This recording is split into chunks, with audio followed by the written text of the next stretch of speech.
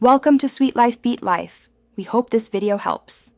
You start by powering the phone and getting network access so everything else works.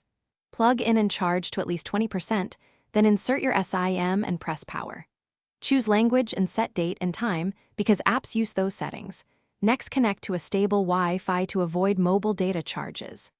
Once done, create or sign into your Google or Apple account to sync contacts and backups. This saves time later and lets you install essential apps immediately. You now secure and tailor the phone so it's both safe and efficient. Set a PIN, pattern, or biometrics for quick but secure access. Enable device encryption if offered. Make sure the system and apps are updated right away to fix vulnerabilities and improve performance. Enable automatic updates to avoid manual checks.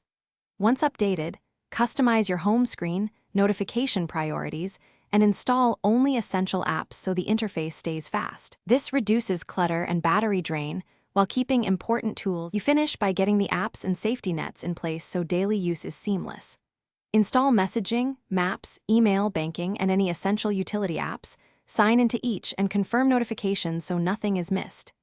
Enable automatic cloud backup for contacts, photos, and important settings to prevent data loss.